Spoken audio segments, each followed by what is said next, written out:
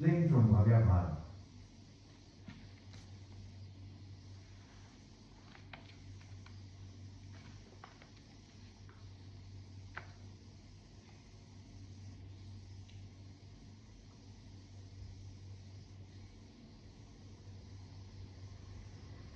श्री प्रियदास जी इस घटना का वर्णन इस प्रकार करते हैं।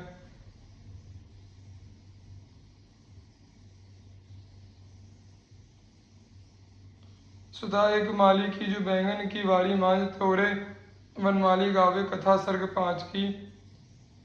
डोले जगन्नाथ पाछे, काछे अंग मिही झंगा, आछे कही घूमी घूमे, सुधी आवे विरहांच की। फट्यो पट देखी नृप, पूछी अहो भयो कहा, जानत न हम अब कहो बात साँच की। प्रभु ही जनाई मन भाई मेरे वही गाथा, ल्याए वही पालकी को पालकी में नाच की। फेरी नृप डोणी यह औणी बात जानी महा, कही राजा रंग पढ़े निकी ठौरी जानी कह। अक्षर मधुर और मधुर स्वरनी ईसो, गावे जब लाल प्यारी डिग हिले आने के। सुनी यह रीति एक मुगल निधारी, लई पढ़े चढ़े घोड़े आगे श्याम रूप ठानी के। पोथी को प्रताप स्वर गावत है देव वधु, आप ही जो रीझी लिखियो निज कर आनी के। श्री जयदेव जी की साधुता। श्री जयदेव जी को एक बार एक सेवक ने अपने घर बुलाया। दक्षिणा में आग्रह करके कुछ मोहरे दिन लगा।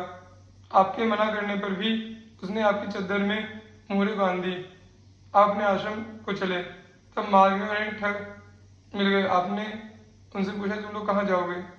ठगों ने उत्तर दिया तुम जहाँ तुम जा रहे हो वहीं हम भी जाएंगे। श्री जयदेव जी समझ गए कि ये ठग हैं।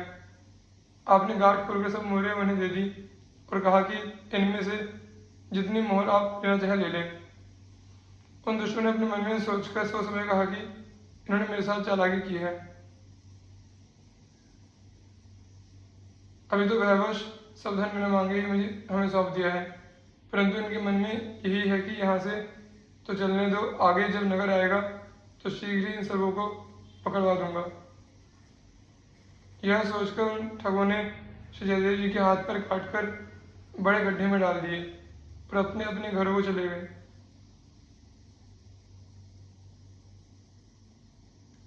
थोड़े समय बाद ही वहां एक राजा लक्ष्मण सेन आया। उसने देखा कि श्री जयदेव जी संकीर्तन कर रहे हैं और गड्ढे में दिव्य प्रकाश छाया है तथा हाथ पैर कटे होने पर भी वे परम प्रसन्न हैं। तो उन्हें गड्ढे से बाहर निकालकर राजा ने हाथ पैर कटने का प्रसंग पूछा। जयदेव जी ने उत्तर दिया कि मुझे इस प्रकार का यही शरीर प्राप्त हुआ है।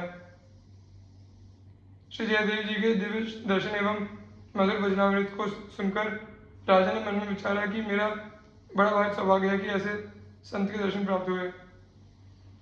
राजा उन्हें पालकी में बिठाकर घर ले आया। चिकित्सा के द्वारा कटे हुए हाथ पैरों के घाव ठीक करवाए।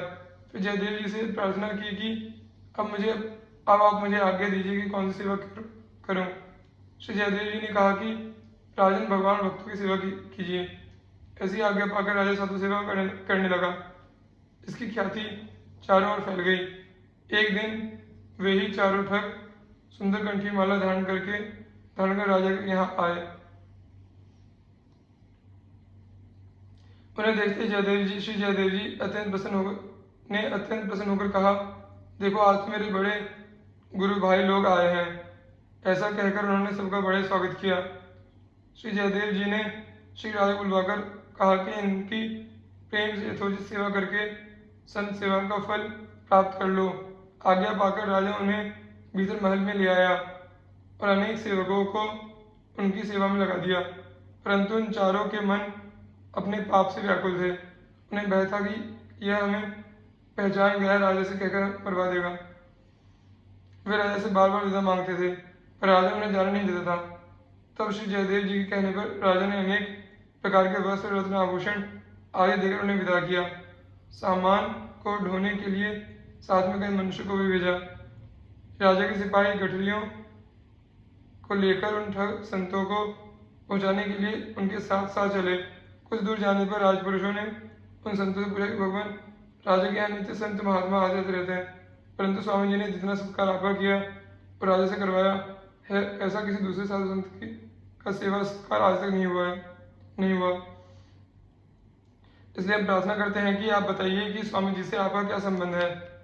उन्होंने कहा कि यह बात अत्यंत गोपनीय है, मैं तुम्हें बताता हूँ पर तुम किसी से मत कहना।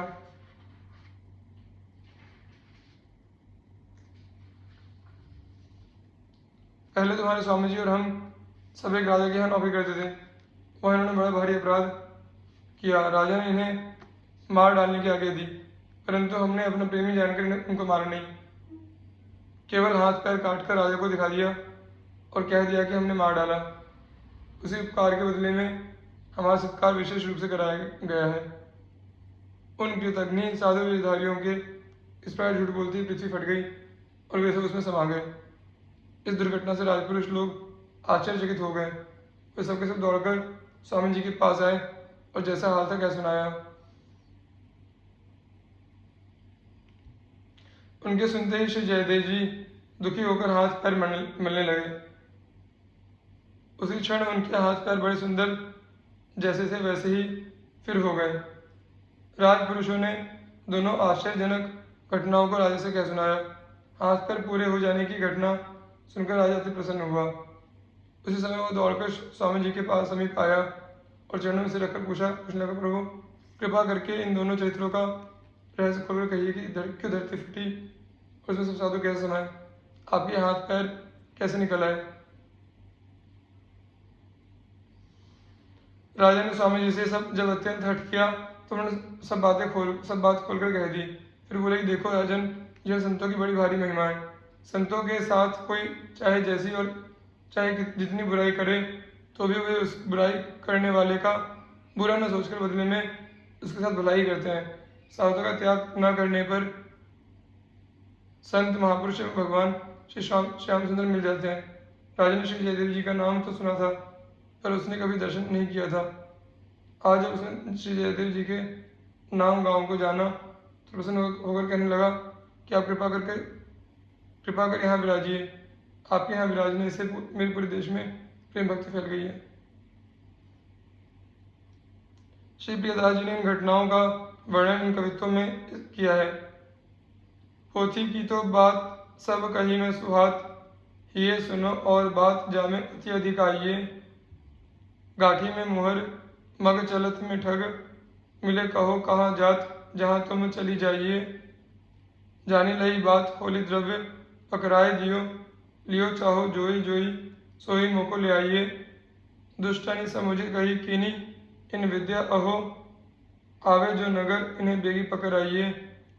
एक कहे डारो मार भलो है विचार यही, एक कहे मारो मत धन हाथ आयो है। जो पे ले पिछा न कहो कीजिए निदान कहा, हाथ पांव काटी बड़े गाढ़ पधर आयो है।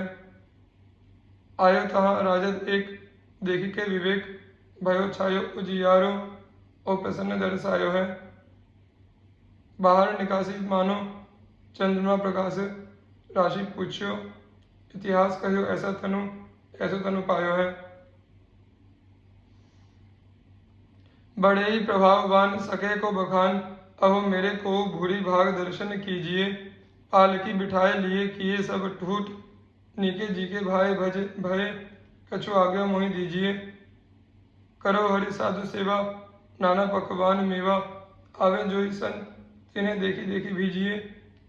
आए वे ठग माला तिलक चिलक किए, तिलक की कही बड़े बंधु लखी लीजिए। नृपति बुलाए कही ये हरि भाई भरी, ढरे तेरे भाग अब सेवा फल लीजिए। गयो ले महल मांझ टहल लगाए लोग, लागे होन भोग ये शंका धन छीजिए। मांगे बार बार विदा राजा नहीं जान देत, अति अकुलाए कही स्वामी धन दीजिए। देखे बहु भांति सो पठाए संग मानुष हूँ, अब पहुँचाए तब तुम पर लीजिए।